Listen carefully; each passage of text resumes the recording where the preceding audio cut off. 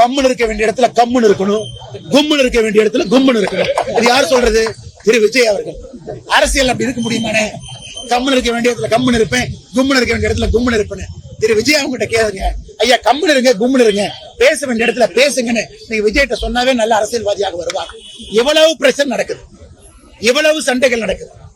நான் பேசவே மாட்டேன், நான் வேடிக்கை மட்டும் பார்ப்பேன்னா உங்களை நம்பி எப்படி மக்கள் ஆட்சி பொறுப்பு கொடுப்பாங்க?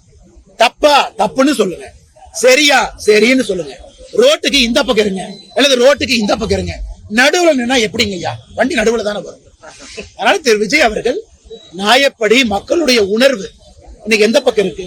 திருப்பரங்குன்றத்திலே தீபம் ஏற்றப்பட வேண்டும் என்று இருக்கும் பொழுது அவங்களுடைய ஆதரவு எந்த பக்கம் இருக்கணும்? நான் பேசவே மாட்டேன்னா அது எந்த விதமான அரசியல்? நான் தமிழ்நாட்டுல தொடர்ந்து சொல்றது, விஜய் அரசியல இருக்கட்டும், அவர் சித்தாந்தத்தை சொல்லட்டும், மக்கள் ஓட்டு போட்டு முடிவெடுக்கட்டும். அப்படி இருக்கும் பொழுது எனக்கு ஒரு விஷயம் நான் பேசுவேன், ஒரு விஷயம் நான் பேச மாட்டேன்னா, இதே விஜய் அவர்கள் புதுச்சேரிக்கு வந்தார்.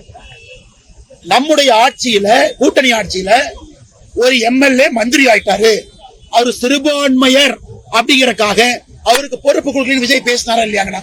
பேசினாரா இல்லையா? அன்னைக்கு சிறுபான்மையர் பேசின விஜய் திருப்பரங்குன்றத்துல பெரும்பான்மையருக்கு ஏன் பேசல?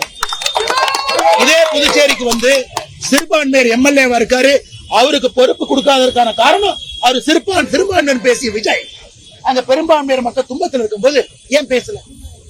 பாண்டிச்சேரி மக்களும் விஜய பார்த்துட்டு இருக்காங்க, பாண்டிச்சேரி மக்களுக்கு உண்மை தெரியும். அதனால் தேர்தல் களத்துல மோதுவோம், நியாயமான விஷயத்திற்கு ஒன்றாக இருப்போம் என்பதுதான் நான் திரு விஜய் அவர்களுக்கு சொல்லக்கூடிய ஒரு தாழ்மையான கருத்து.